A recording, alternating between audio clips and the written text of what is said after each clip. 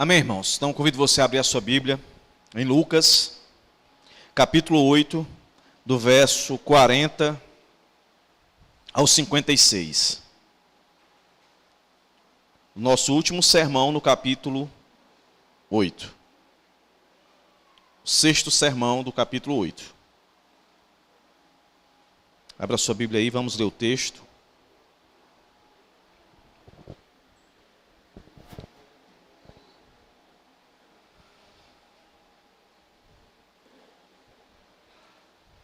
Lucas 8, do verso 40 ao 56. O texto vai dizer o seguinte, meus irmãos.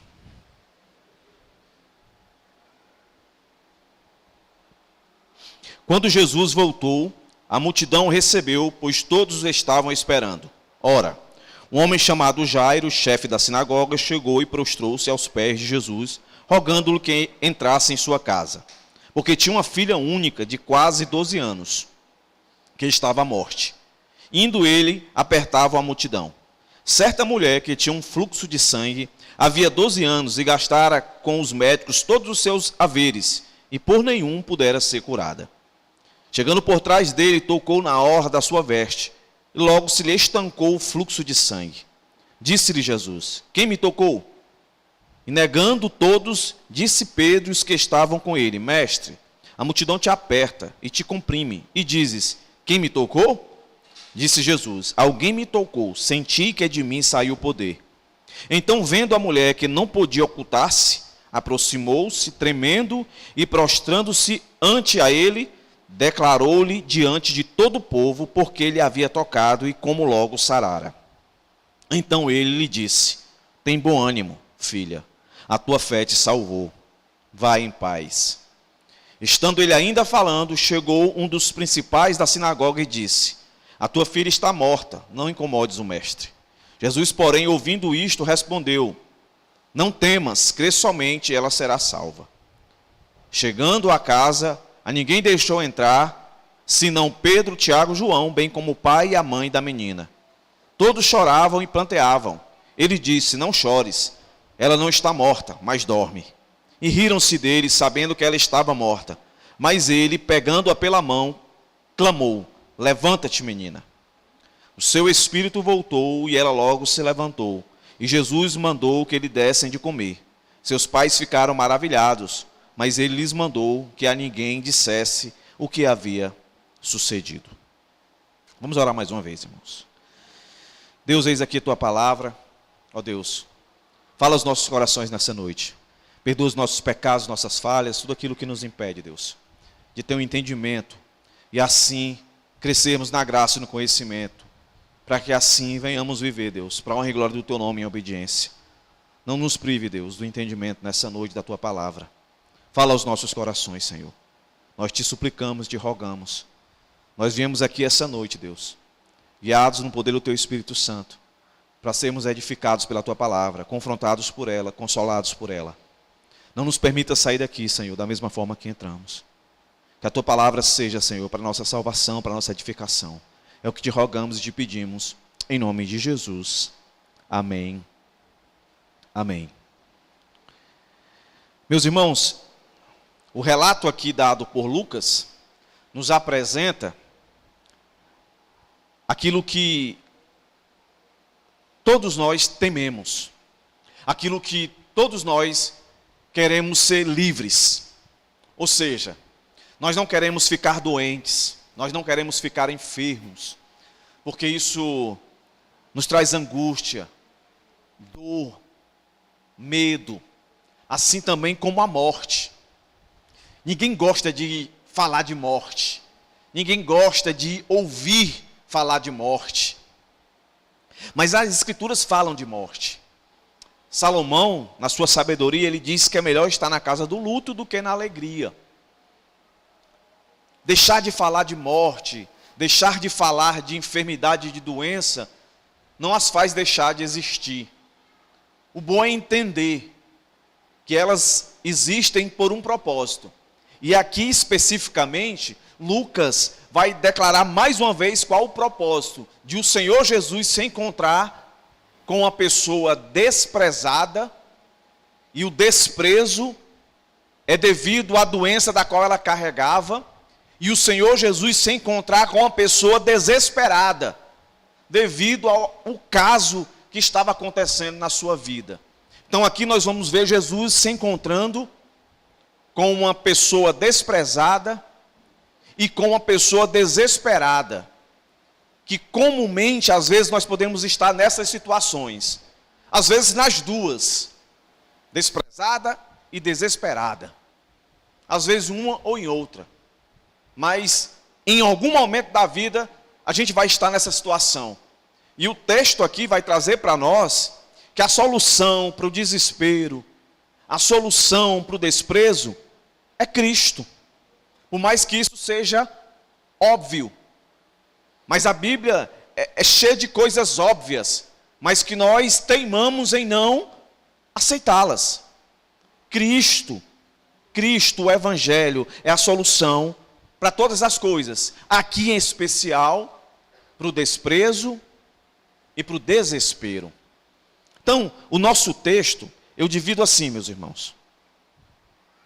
Jesus em favor do desprezado. Depois, Jesus em favor do desesperado. Então vamos voltar aqui para o texto. E vamos caminhar parte por parte. O texto do verso 40 ao 42 introduz aquilo que vai ser o segundo milagre do Senhor.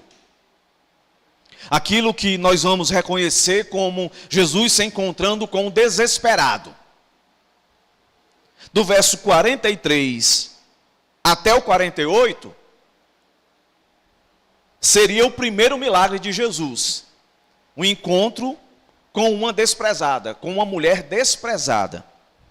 E do verso 49 a 56, a conclusão, ou seja, a ação poderosa de Deus, a autoridade de Deus sobre o desesperado. Na verdade, sobre a pessoa que ele intercedia. Então vamos aqui para o texto. A gente destaca aqui pelo menos 3 fatos aqui, nesse texto que está diante de nós, com relação à mulher desprezada. Eu queria começar do verso 43, para depois nós irmos para o verso 40 e darmos continuidade a partir do verso 49. Então fica claro do verso 40 e 42 que Jesus está chegando daquele episódio da qual ele expulsou uma legião de demônios. Lembra disso? Jesus vai, chega lá, e antes que ele coloque o pé na terra, chega lá um endemoniado e diz: o que é que tu veio fazer aqui? E o texto mostrou para a gente que esse endemoniado, ele morava em um cemitério, onde tinha um monte de defunto. Mas não era a hora ainda de Deus agir com seu poder para ressuscitar ninguém. Ele libertou aquele homem, e ele foi expulso de lá. Os moradores daquela localidade não aceitaram a presença de Cristo, mesmo tendo testemunhado um grande poder até então nunca visto. Um homem com tamanha autoridade, da qual ele chegou e expulsou uma legião de demônio de uma pessoa da qual todo mundo reconhecia como um lunático. As pessoas expulsaram Jesus. E quando nós lemos esse mesmo episódio em Mateus e em Marcos, a ideia é que as pessoas que ficaram antes de Jesus ir para expulsar esses demônios, ficaram desejosas que ele retornasse. Por várias vezes Jesus foi para um lado e voltou para outro. E o nosso texto começa dizendo isso, que Jesus volta e tem uma multidão esperando Jesus. E quando ele chega, voltando, aparece esse homem Jairo. E ele faz um pedido ao Senhor, né, que ele vá lá na sua casa, porque a sua filha está moribunda. Mateus vai dizer que ele pede para que Jesus vá lá impor as mãos sobre a sua filha. E antes que Jesus chegue na casa, da qual ele se propõe aí, o texto diz que Jesus vai, aparece essa mulher. E o texto vai dizer o seguinte, certa mulher, não diz o nome dela, diferente de Jairo, que aparece no verso 41. Não diz o nome dessa mulher. Mas é bem interessante o que Lucas relata aqui, para Teófilo e para todos os gentios, acerca do poder e da autoridade de Jesus. O foco aqui, meus irmãos, é Jesus. O foco aqui, mesmo que vá falar de fé, é Jesus. Então o texto diz o seguinte, que certa mulher que tinha um fluxo de sangue havia 12 anos e gastara com o médico todos os seus haveres, todo o seu dinheiro, e por nenhum dele pôde ser curada. E é interessante que, se nós olharmos essa mulher que não tem nome e Jairo, eles têm algo semelhante. Olha que interessante, ó. No verso 40 e o verso 41, diz o nome do indivíduo que se aproxima de Jesus, que é Jairo, e diz que ele é líder de uma sinagoga. A mulher é anônima. Diz que ele era um líder religioso e ela certamente era excluída. A gente vai saber por que ela era excluída. Enquanto ele era uma pessoa de renome, era totalmente desconhecida. Enquanto ele era um religioso que frequentava o templo, ela não podia se achegar, a gente vai entender. Provavelmente ele era rico, e o texto já começou dizendo acerca dessa mulher que ela gastou tudo que tinha em busca da sua cura. Então certamente ela era pobre. Jairo tinha a alegria de conviver com a sua filha por 12 anos e estava preocupada em perdê-la. A mulher há 12 anos. O contrário dele, enquanto ele tinha 12 anos de convivência, de alegria, e agora, que o texto mostrou para a gente, que ele vai suplicar Jesus para ir em favor da sua filha. Ele se sente ameaçado, mas a maior parte dos 12 anos ele está ali vivendo com alegria com a sua filha. Diferente da mulher, 12 anos de sofrimento e agonia. Ele faz um pedido público. Ele chega diante do Senhor, se prostra e faz o pedido. Ela chega em oculto, em secreto. E ela vai se prostrar depois que aquilo que ela fez em oculto se torna público. É algo interessante. Por quê? Jesus, é claro, ele veio para os que estão perdidos. Jesus, na sua palavra, diz que vem para aqueles que se enxergam como doentes, necessitando de cura. A Bíblia também diz cura e a libertação da sua alma, do pecado, da ira de Deus, do inferno. A Bíblia diz também que é muito difícil um rico entrar no reino dos céus. É muito difícil, mas não é impossível. A Bíblia deixa claro que rico e pobre vão ser alcançados pelo Senhor. Agora, tem esse adendo, que é muito difícil um rico. Muito difícil, mas não impossível. E aqui nós temos essas duas categorias. Um rico e um pobre. E os dois sendo beneficiados pela ação, pelo poder, pela autoridade de Jesus. Agora, 3 coisas interessantes que a gente pode ver aqui com essa mulher. Que o verso 44 diz que ela chega por trás, toca na orla do manto, da veste de Jesus, e quando ela faz isso, o fluxo de sangue é resolvido o problema. Instantaneamente, ela recebe a sua cura. A sua cura. Há fé aqui, com certeza. Há fé aqui. Mas o ponto aqui não é exaltar a fé dessa mulher, mas é o poder de Jesus, a misericórdia de Jesus, o favor de Jesus em relação a essa mulher tão desprezada. Pelo menos 3 coisas aqui, meus irmãos. A misericórdia de Deus pode ser vista na vida dessa mulher. Uma mulher que já foi pontuada aqui, que vivia por 12 anos sofrendo profundamente com essa hemorragia, esse sangue sendo derramado. Segundo lugar, esse sofrimento levava a ela perder a esperança. O texto diz que ela gastou toda a sua condição financeira. Ela procurou todo tipo de médico, todo tipo de diagnóstico para que se livrasse dessa doença. E nada de conseguir êxito. Então a gente pode dizer que essa mulher vivia uma desesperança. Ela não tinha mais esperança em ninguém. Em terceiro lugar, o sofrimento dessa mulher causava a ela separação terrível. Pelo menos três separações. A primeira é quando nós lemos Levítico, capítulo, se não me engano, 29, capítulo 15 de Levítico, vai falar lá que uma mulher nessa situação dela aqui era considerada impura. Ninguém podia tocar nela, ninguém podia se aproximar dela. Então, se no caso aqui essa mulher fosse casada, certamente o casamento dela já teria acabado. 12 anos sem o marido poder tocá-la, certamente, se ela fosse casada, ela já teria tido seu casamento acabado. Você pode ler lá, Levítico capítulo 15, que era um negócio sério. Onde ela sentava, quando levantava, tinha que purificar. Se alguém sentasse, ficava impuro. Quanto mais tocar nela. E se ela fosse solteira, jamais poderia casar nessa situação. Jamais, ela estava impura em todo momento, porque o texto diz que ela tinha um fluxo de sangue, ou seja, era sangue correndo direto, é como se ela tivesse naquelas regras de mulher todo mês, mas continuamente por 12 anos. Então, certamente, ela sofreu essa separação. Uma segunda separação, meus irmãos, seria social. Se ela era impura para o marido, também era impura para a sociedade, e ninguém poderia chegar e tocar nela. Repito, aonde ela se posicionasse, se ela sentasse a uma cadeira, se ela se postasse a uma mesa, tudo tinha que ser purificado, porque senão as pessoas ficavam impuras.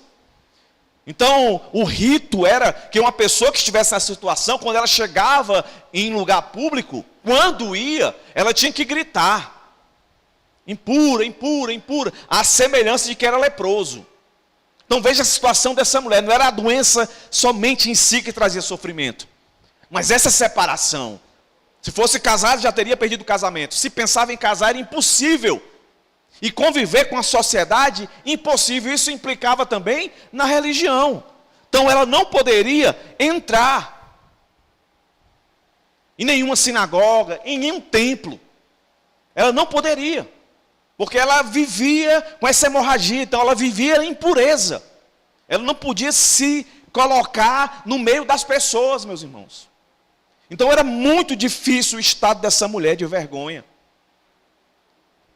Era um estado lamentável. É por esse motivo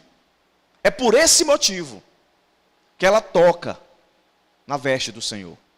A fé dela é uma fé que alcançou o poder de Deus, mas não é uma fé 100% perfeita. Não é uma fé que a gente pode dizer assim, que eu tenho que copiar.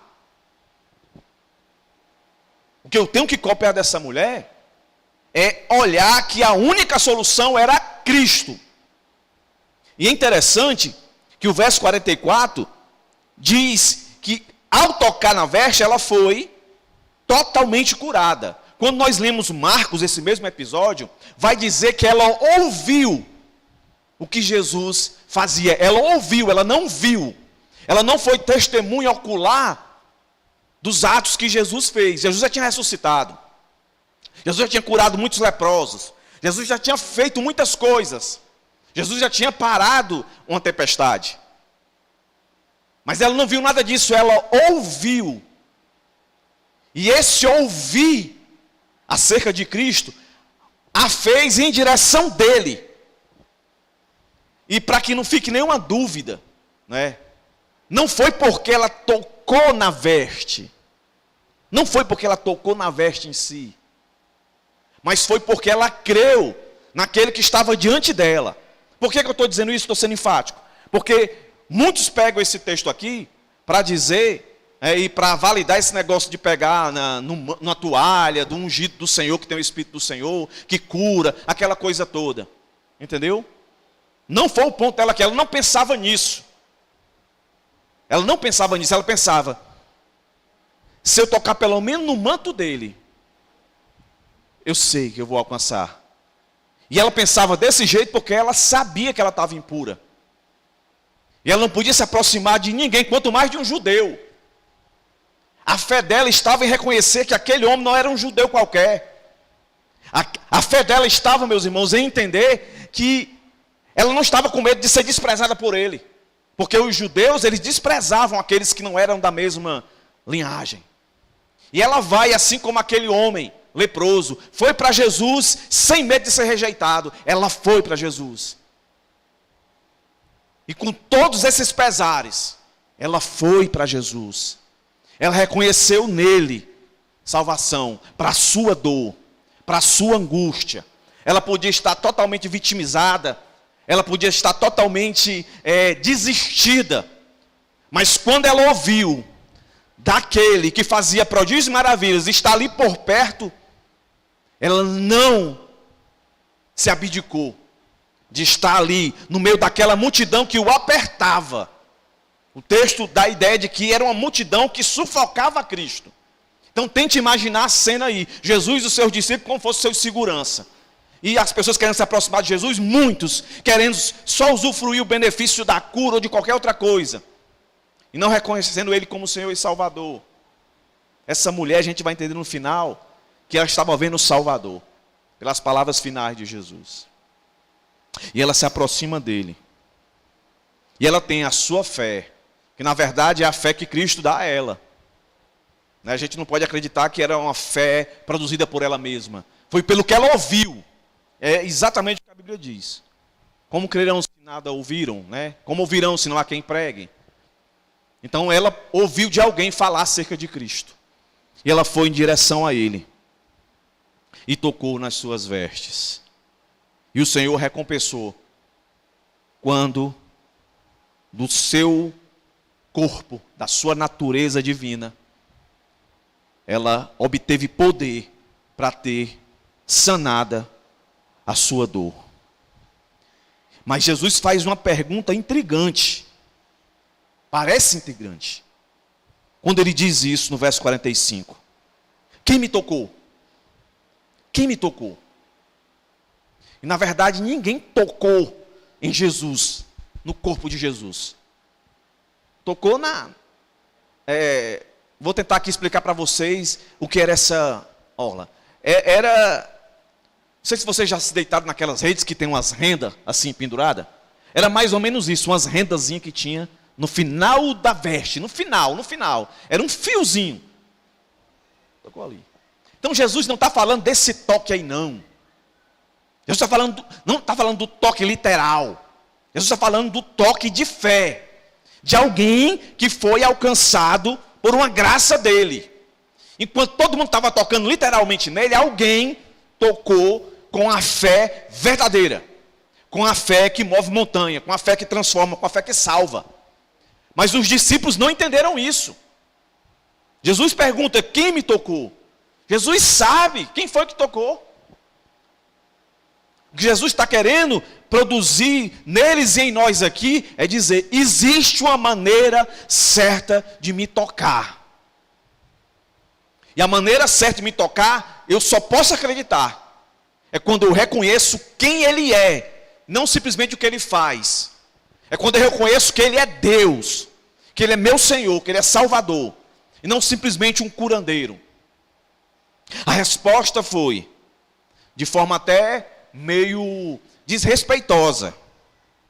E negando de todos, disse, Pedro, como sempre, o mais atiçado, né, o mais rápido, impulsivo, ele diz, mestre, a multidão te aperta e te comprime. E dizes, quem me tocou? De certa forma até meio grosso. Né? Ele, andando com Jesus, ele não entendeu. Ele não parou para pensar, não, Jesus não deve estar falando de um toque literal. Ele deve estar falando de outra coisa. Porque Jesus é Deus. Mas não, ele disse, Senhor, fala sério. Todo mundo aqui está te apertando, aqui, o negócio está apertado aqui. Sufocante. E o Senhor está perguntando, quem foi que tocou? Resposta de Jesus. Alguém me tocou. Senti que de mim saía poder. Quando Jesus diz isso, Jesus não diz assim, quando de mim saiu cura. Porque ele não se enxergou e nunca se enxergou. E nunca se enxergará como milagreiro, como Deus. poder. Eu senti que de mim saiu poder. Aí, meus irmãos, quando a mulher que tocou em secreto, uma fé vacilante, mas que obteve êxito. Isso é para a gente entender, a gente nunca vai ter uma fé perfeita, tá? Por isso que a Bíblia diz que a gente deve pedir para que Deus aumente-nos a fé. Não é de tamanho, mas é de qualidade. Porque a gente nunca vai ter uma fé perfeita. E esse milagre aconteceu porque Deus quis. Certo? Aqui não se enquadra em encanto nenhum essa ideia de dizer, não, ela obteve a cura porque ela teve fé. Quando normalmente as pessoas dizem isso, coloca toda a ênfase na fé da pessoa, fé pessoal. Não. Ela foi curada porque ela teve fé e Deus quis. Entendeu? Porque a gente vai ver outros textos, pessoas sendo curadas, que não demonstraram nenhum tipo de fé. Nenhum tipo de fé. Lucas mais na frente vai mostrar um episódio de Jesus falando, e a pessoa não tem nem fé, Jesus cura. Aquele episódio lá de Atos, capítulo 3, se não me engano, Pedro e João vão lá no templo orar, e está lá um indivíduo lá pedindo esmola, e ele pede esmola a Pedro, e Pedro diz, rapaz, não tenho prata nem ouro, mas o que eu tenho eu te dou, levanta em nome de Jesus. Então veja, porque é muito fácil você colocar a fé como um pensamento positivo. Não. Aqui é porque Deus quis fazê-la. E o que torna evidente aqui é a misericórdia e a graça de Deus na vida dessa mulher. Lembre-se, essa mulher era totalmente desprezada. Certamente era separada, não convivia na sociedade e não tinha acesso ao templo. Totalmente marginalizada. Jesus cura essa mulher e a ideia dela era sair de fininho e voltar para a sua vida. Talvez agora reconstruir a sua vida. Declarando para agora eu não estou mais imunda. Agora eu posso fazer isso, aquilo, outro. Jesus não deixa ela ir embora. Antes que a fé dela seja colocada ao público. E aí o texto vai dizer, ó. Então vendo a mulher que não podia ocultar-se, e pelo final do verso 48, a gente entende que essa mulher não conseguia se ocultar, foi porque ela não recebeu só a cura, meus irmãos, ela recebeu a salvação. Ela recebeu a salvação. E a Bíblia diz em outro local, que a boca fala do que o coração está cheio. E essa mulher não teve mais como se acovardar. Ela chega toda escondida, toda tímida, com medo de todo mundo que está ali. Porque ela está impura. Se ela chega dizendo, eu estou aqui, todo mundo vai correr, sair de perto dela, porque ela é impura. Então ela chega devagar para dizer, eu só tenho essa chance, eu vou tocar nesse homem. Nem que seja nas vestes dele. Jesus agora fala de um jeito, com poder, com autoridade, que é peculiar dele. Essa mulher não se aguenta. Mesmo com medo, com tremor, ela se expõe. É o que o texto diz, ó. Então, vendo a mulher que não podia ocultar-se, aproximou tremendo. Esse tremendo aqui, não era com medo de Deus, não. Era da população. Isso agora eu vou me colocar em público. Será que esse pessoal vai acreditar que eu fui curada? Do outro lado está Jesus dizendo, você vai ter que ter coragem. De demonstrar para todo mundo que eu curei você. Por isso que eu disse que o personagem principal aqui é Jesus. Até então, Jesus sempre tinha algumas coisas a dizer assim, ó, não fale, não divulgue. Agora Jesus já está dizendo para que veio. Ele sabe que vai morrer, então ele está mostrando que ele tem a total autoridade para curar, para fazer o que ele quiser. Então ele chama essa mulher a proclamar, a evidenciar o que aconteceu com ela. Ou seja, Jesus nunca chamou crente para ser agente secreto. Nunca chamou. Em contrapartida, o Senhor também nunca chamou ninguém para ficar usando o seu milagre como instrumento de evangelização. Como a gente vê por aí, as pessoas negando-se pregar a palavra de Deus para pregar testemunho.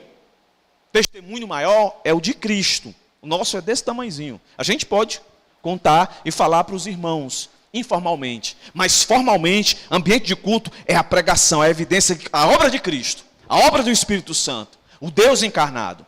E mais nada. Aí o texto diz, ó, que ela tremendo. prostra-se. A palavra prostrando-se, ela aparece com relação a Jairo, mas não é a mesma palavra. A de Jairo a gente vai entender mais na frente qual é o sentido dela. Essa daqui é de fato de reverência, de que entendeu que estava diante do Rei da Glória, do Salvador. Isso é relacionado àqueles que reconhecem Jesus como seu Salvador. Ela se prostrou diante dele, dizendo assim: é meu Senhor, sem medo nenhum, sem medo de ser rejeitada. Declarou-lhe diante de todo o povo, porque ele havia tocado e como logo sarara. Olha aí, ó. Declarou-lhe diante de todo o povo, porque ele havia tocado. Então a ideia é que ela disse assim: ó, eu toquei nele porque eu está com 12 anos. Ela deu testemunho ali na hora. Não é ambiente de igreja, certo? Ela está no meio da multidão, certo? Ela está no meio da multidão. Não é um culto a Deus. Não tem aí um princípio regulador. Ela está no meio da rua. E ela diz: olha, 12 anos. Certamente ela deve ter dito: vocês me conhecem, sabem muito bem quem eu sou. Há quanto tempo eu vinha vivendo assim. Então, eu toquei nele. E logo que eu toquei, eu sarei. Estou aqui sarada. Então, Jesus para de olhar para a multidão, olha para a mulher agora e diz para ela: tem bom ânimo, filha. Isso aqui diz muito. Todos aqueles que Jesus chama de filho, filha, está sempre relacionado a pessoas que foram salvas. A Bíblia vai dizer em João que existem os filhos do diabo e os filhos de Deus. Todos são criaturas de Deus, mas existem os filhos do diabo e os filhos de Deus. E quando Jesus chama de filha, ele não pode estar chamando de filho uma filha que seria do diabo. Então é dele. Tem bom ânimo, filha. A tua fé te salvou. E esse salvou aí, a palavra que está aí, ela pode ser traduzida como te curou e salvou. As duas são intercambiáveis, né?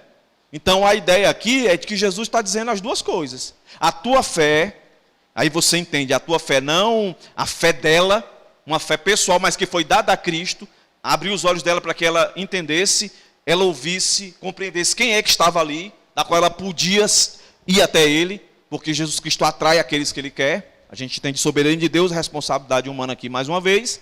E não só curou, como salvou. E ele diz: vai-te em paz. Depois de tudo isso, alguns comentaristas dizem que esse episódio aqui durou mais ou menos 30 minutos. Agora imagine você sendo Jairo. Imagine você sendo Jairo, com a sua filha única, ali agonizando para morrer. Aí você pega a sua filha, vou parafrasear aqui, você pega a sua filha, bota no carro, leva para o hospital, chega lá, está o melhor médico de plantão lá.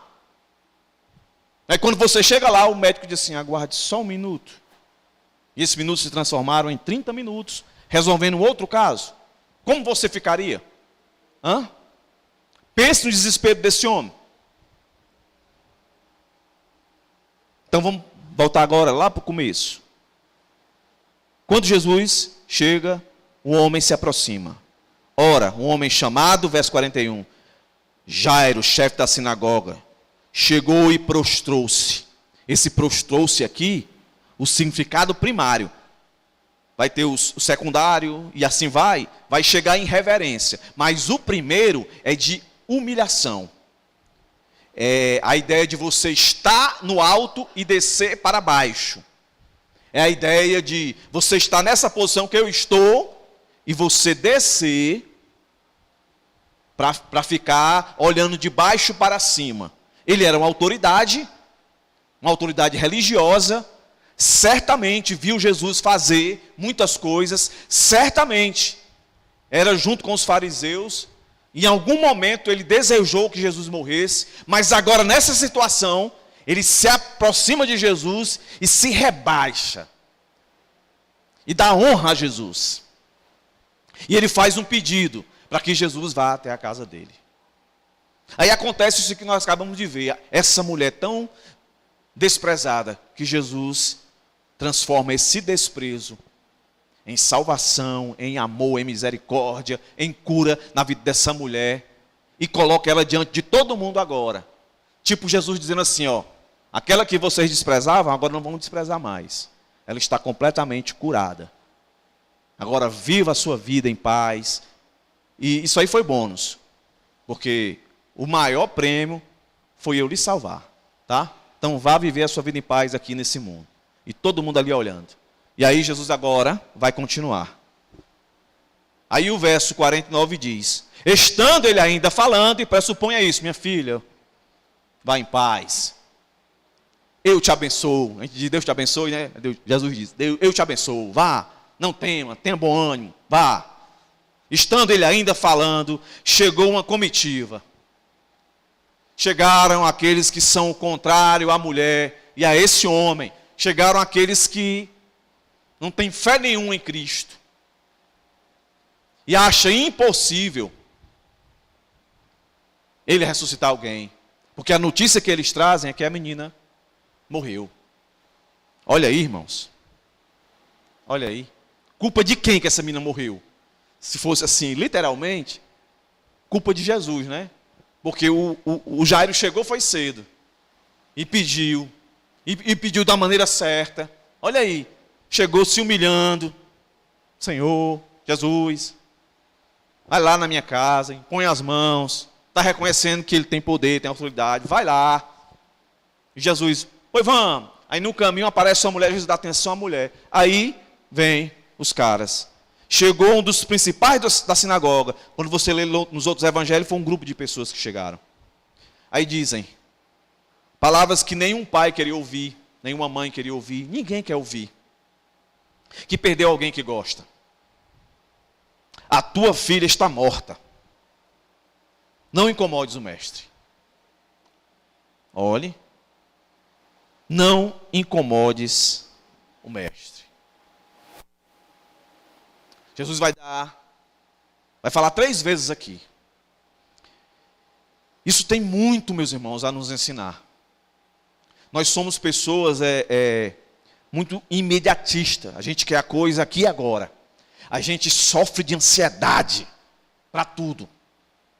E quando se trata de doença e de uma eminência de morte, ou morte, mais ainda.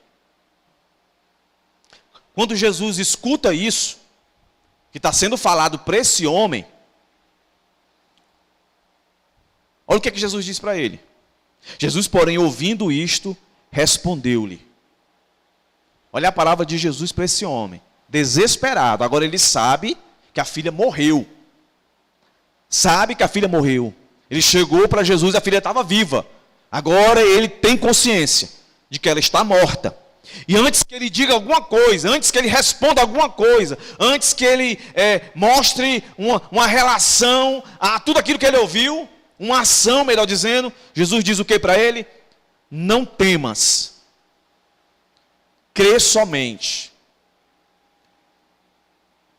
Isso aqui está estritamente amarrado ao que Jesus acabou de fazer com a mulher. Então o que Jesus está dizendo aqui não é para ele ter fé que ele pode curar, não.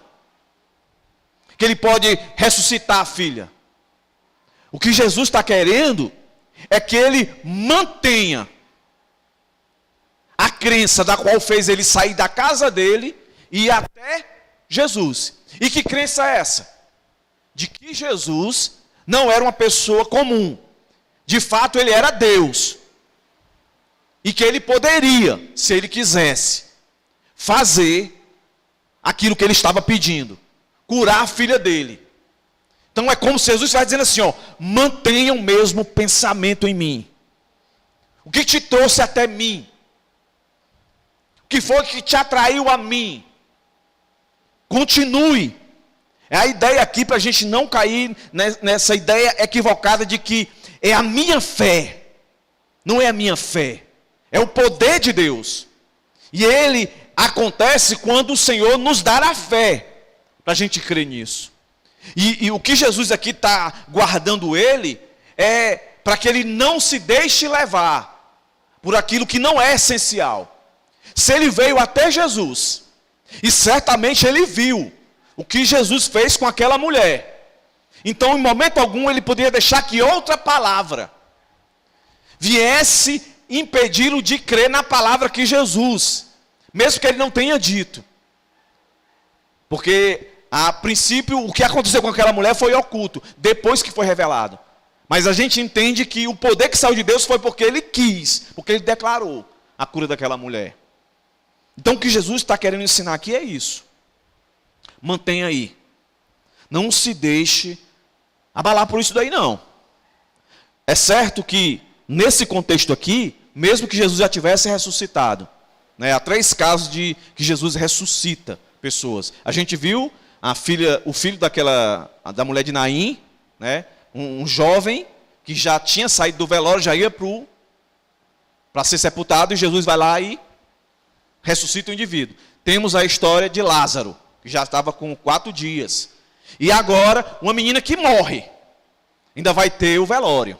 E é exatamente isso que vai acontecer, o texto vai dizer agora. Depois que Jesus fala, não temas, crê somente, ela será salva. Em algumas versões, ela será curada. Chegando à casa, a ninguém deixou entrar, senão Pedro, Tiago, João, como o pai e a mãe da menina. Volta esses caras tudo com Jesus. Quando você lê os outros textos, aí a multidão todinha vai seguindo, e esses que vieram trazer essa notícia, ó, ela morreu, deixa o mestre em paz, vão todo mundo. Quando chega lá, Jesus, olha a autoridade, fica todo mundo aí fora. Todo mundo aí, vocês ficam querendo abalar a fé dele? Fica aí fora, vai entrar só esses aqui. Aí ele cita o nome desses 3 apóstolos aqui, que é os mesmos que vão estar lá no Getsêmani, é os mesmos que vão estar no Monte da Transfiguração. Parece que a ideia é que esses eram os mais próximos de Jesus. Aí o texto continua. E quando Jesus chega lá, o velório já está acontecendo. Então a cultura da época era contratar carpinteiras para chorar lá o morto, flautistas. Tinha toda uma cultura lá de celebrar o velório. Agora você imagina o pai, imagina Jairo, tendo ouvido o que ouviu, e quando chega em casa, aí ele vê aquele alvoroço. Se você ler os outros textos, é um alvoroço, o povo gritando, aquele negócio assim meio desesperador. Ele vê tudo aquilo, meus irmãos. E a ideia do texto aqui, em omitir qualquer reação de Jairo, a ideia é de que ele obedeceu o que Jesus disse, crê somente. Espera até o final, espera. Eu não me neguei a vir, eu estou ouvindo. Se agarra no pedido que você me fez, crê somente. E aí o texto continua. Jesus chega e fala a segunda coisa. Fala para todo mundo: não choreis. Para todo mundo, incluindo o pai, a mãe, todo mundo. Não choreis, ela não está morta, mas dorme. Pronto. Alguns vão dizer que quando Jesus diz isso aqui, na verdade a menina não está morta. Alguns pregadores, pastores, liberais, que não acreditam mais nos milagres da Bíblia, né, na veracidade de que a Bíblia é a palavra de Deus, mas sim contém a palavra de Deus, eles vão dizer, olha, na verdade ela teve um mal súbito, teve uma parada, aí ficou com o batimento muito baixo, ninguém percebeu. Nessa época aí a medicina não era tão avançada. Então, na verdade, ela não estava morta. Ela estava só dormindo. Mas a gente vai ver que não, ela estava morta sim. Jesus está usando aqui de um eufemismo para a morte, que ele costuma usar, né? Em outros textos, como em João, capítulo 21, se não me engano, Jesus até explica para os discípulos a questão de Lázaro, se não me engano. Diz que ele está dormindo, depois não, ele está morto mesmo. Jesus usa essas expressões, mas a menina estava morta, morta mesmo. A gente vai ver o porquê, ó. E riam-se dele. Quando Jesus diz, parem de chorar, parem de plantear, parem de ficar desesperado, a menina só dorme. É um eufemismo. E também, Jesus estava querendo fazer uma comparação para a gente entender. Nós sabemos que é muito fácil acordar uma pessoa que está dormindo. Normalmente é muito fácil, tem pessoas que é difícil, né? Mas normalmente é muito fácil acordar uma pessoa que está dormindo. Muito fácil. Então Jesus, de alguma maneira, estava querendo dizer assim, ó, o que eu vou fazer com essa menina é muito simples. É comparado ao que vocês fazem quando a pessoa está dormindo. Problema para vocês não é problema para mim. Escute isso. Jesus está dizendo aqui que problema para nós não é problema para ele. Doença nunca foi problema para ele e morte nunca foi problema para ele. Ele venceu a morte. Então o que Jesus está querendo dizer de alguma maneira é isso também, ó. Não é fácil para vocês acordar uma pessoa? Então, para mim, é muito fácil ressuscitar. É muito fácil trazer a vida. Por que é muito fácil para ele? Porque ele é o autor da vida. É o Deus encarnado que está ali, meus irmãos. Diante daquele pessoal. Então, cala a boca todo mundo aí. Entendeu? Porque ela está só dormindo. Aí o texto vai dizer, ó. E riam-se dele, sabendo que ela estava morta. Então, ela estava morta mesmo. Morta, morta, morta. O texto aqui não diz para onde é que a alma dela foi. Não está preocupado em dizer. Não, se ela estava morta, ela foi para onde? A gente sabe que se a gente morrer hoje, a gente não vai para o céu, a gente vai para o paraíso. A gente diz céu, né? Mas a volta de Jesus, quando ele vier resolver tudo, novos céus, nova terra, vai ser aqui, a terra restaurada. O texto aqui não está preocupado em dizer, porque o foco é o quê? É mostrar o poder, a autoridade de Jesus, para a doença e para a morte. O povo começa a rir dele. Aí você vê como era um negócio de hipocrisia, né? Essa cultura de as pessoas irem chorar lá no velório da pessoa. Eles choram, depois estão rindo. E esse rir aqui é de zombar, é de fazer hora. Trazendo para o nosso linguajar aqui de cearense, era mangar, sabe? É ficar mangando. Porque uma coisa é você rir, outra coisa é você ficar mangando. Mangando normalmente gera assim uma raiva na gente, né? O pessoal está mangando de mim aqui, não sei o quê. Eles zombaram de Jesus. Aí Jesus faz o quê? Está todo mundo fora, aí entra Jesus, os discípulos dele, os três, a mãe e o pai. E olha aqui. Isso seria, meus irmãos, uma oportunidade tremenda para Jesus supervalorizar o seu poder. Para Jesus usar de sensacionalismo. Mas ele bota todo mundo para fora. Ou seja, ele não está preocupado em convencer as pessoas que ele é Deus pelo que ele vai fazer. Ele quer que as pessoas creem nele pelo que ele diz, não simplesmente pelo que ele faz. Então ele bota todo mundo para fora, entra, e a forma que ele vai trazer essa menina à vida é de uma forma muito natural e simples. É exatamente aquilo que ele disse. Ela só dorme. E ele vai fazer com ela, como comumente, pelo linguajar, a fraseologia aqui, ele vai fazer como comumente a mãe fazia com ela, ou o pai fazia com ela.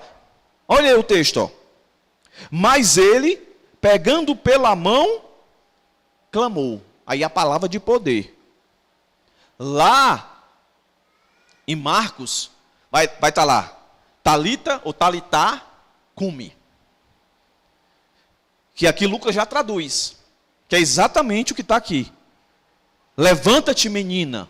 Ou levanta-te, senhorita, mocinha. É um imperativo, é uma ordem. Jesus chega, pega na mão da menina. Ele não faz nenhum tipo de barulho com a boca, ele não faz nada disso. Eu vou contar de 1 até 3, o espírito de morte vai sair dela. Não, ele chega, porque para Jesus é supernatural. E ele não quer ser em nenhum momento sensacionalista. Repito, ele não quer que as pessoas creiam nele pelo que ele faz, mas pelo que ele é. Aí sim, aí eu sei quem ele é. É o que ele faz, me salva. E quando ele quer, ele me cura. Quando ele quer, ele ressuscita. É quando ele quer. Esse texto aqui não é um texto normativo para dizer, toda pessoa que chegar para Jesus com doença, ele vai curar. Que a própria história aqui mostra que não. Muitos crentes morreram das doenças mais terríveis que o mundo caído possa proporcionar. Muitos crentes morreram e não foram ressuscitados. O ponto não é esse. O ponto é dizer, eu tenho poder, se eu quiser eu ressuscito. Se eu quiser eu curo. E aqui no caso ele quis curar aquela mulher e quis ressuscitar a filha desse homem. E ele fez de uma forma muito natural. Pegou a mão da menina, levanta. Levanta, menina. Aí o texto diz o que no verso 55? O seu espírito voltou, aí é uma prova que a menina estava morta, estava só o corpo ali. Aí o espírito voltou e ela logo se levantou. Não foi a ideia de que se levantou, como ela se levantava até então.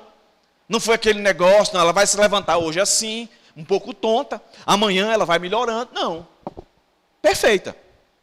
Tão perfeita aquela que Jesus mandou fazer com ela o que é de costume fazer quando a pessoa está viva. O que a pessoa que está viva faz? Come, bebe. Aí ele vai dizer, ó.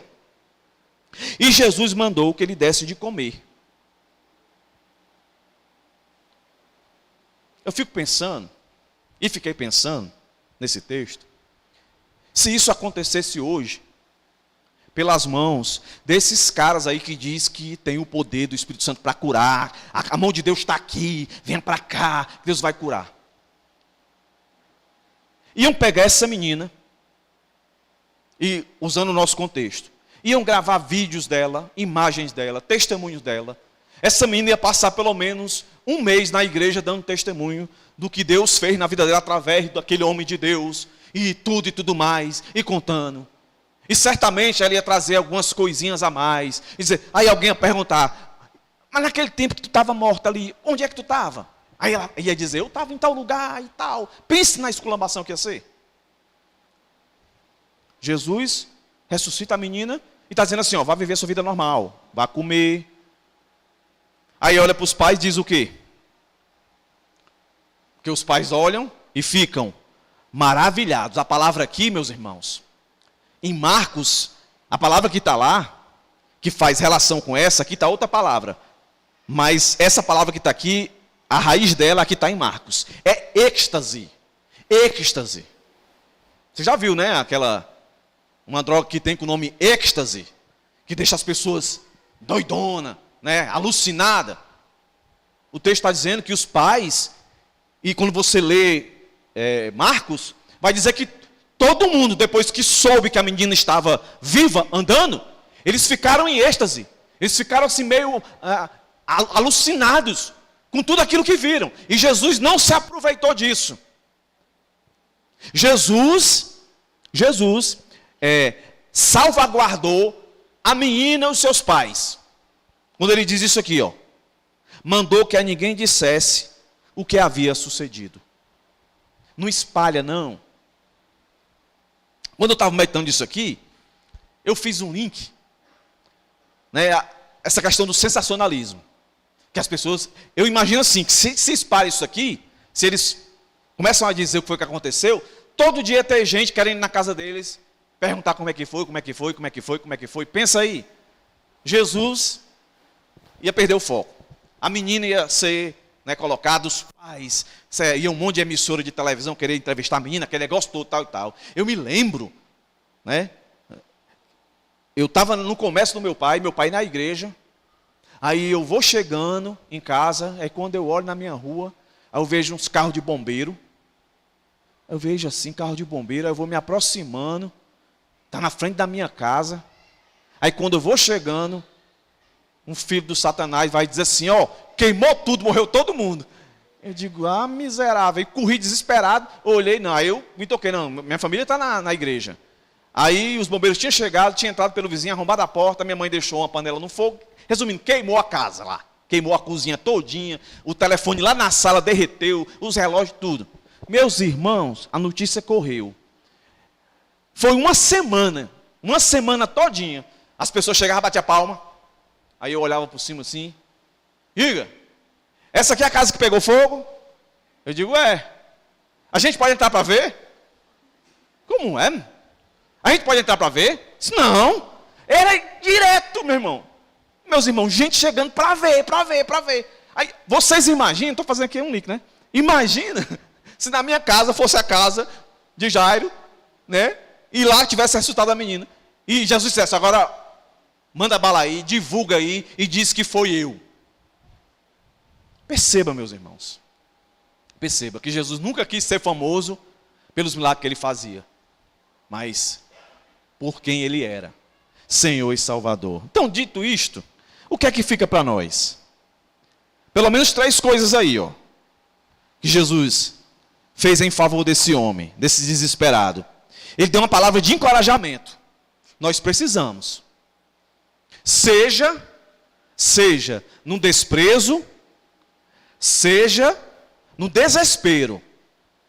O que a gente precisa é ter a consciência que essas palavras que Jesus disse para esse homem servem para nós de encorajamento. Não temas, crê somente. Eu não sei o que você está passando. Eu não sei se você está vivendo um momento de desprezo ou um momento de desespero, ou as duas coisas juntas. O que Jesus está dizendo para você hoje, se você é meu filho, se eu te salvei, receba esse encorajamento. Não temas, crê somente. A segunda coisa, não perca a esperança. Não perca a esperança, sabe? Não é porque a cura não veio, não é porque aquele seu parente, o seu pai, a sua mãe, eu não ressuscitei aqui agora, que você vai perder as esperanças.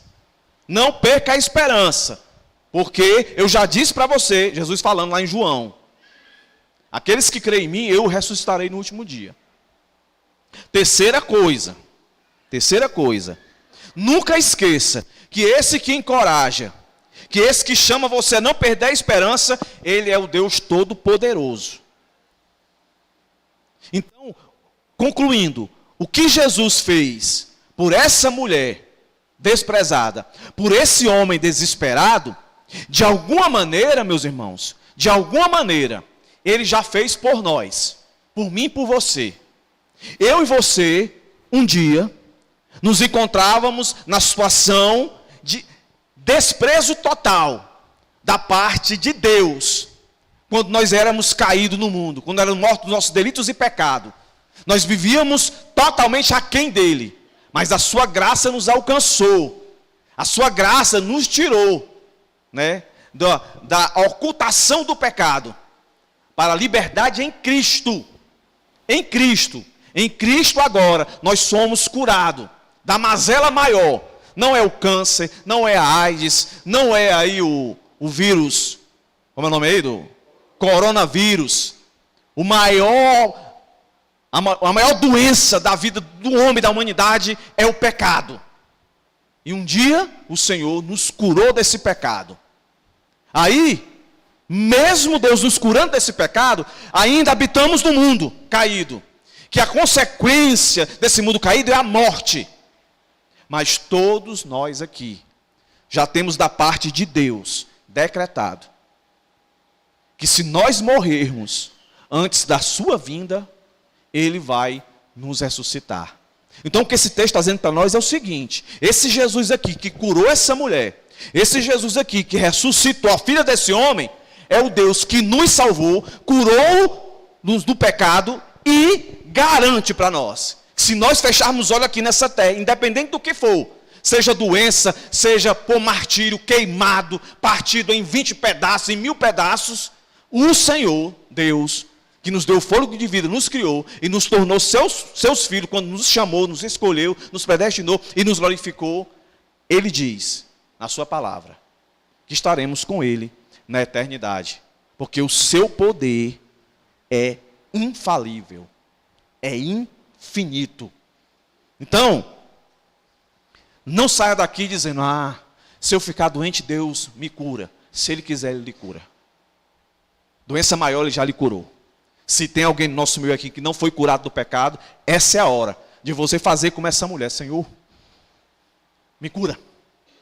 Me cura. Se você está com medo de morrer, ou tem alguém prestes a morrer, não pare de orar, pedir a Deus. Seja um Jairo, interceda. Mas se por acaso Deus não quiser ressuscitar a pessoa que você ama tanto que morreu, saiba que no último dia Ele ressuscitará. Porque Ele é Deus. E as promessas dEle, Ele cumpre. Então, com isso em mente, meus irmãos, eu não tenho outra coisa a fazer, a não ser descansar nesse Deus, que me encoraja, me enche de esperança e diz, eu sou o Todo-Poderoso. Agindo eu, quem impedirá? Fiquemos de pé, meus irmãos. E vamos agradecer a Deus por esse privilégio.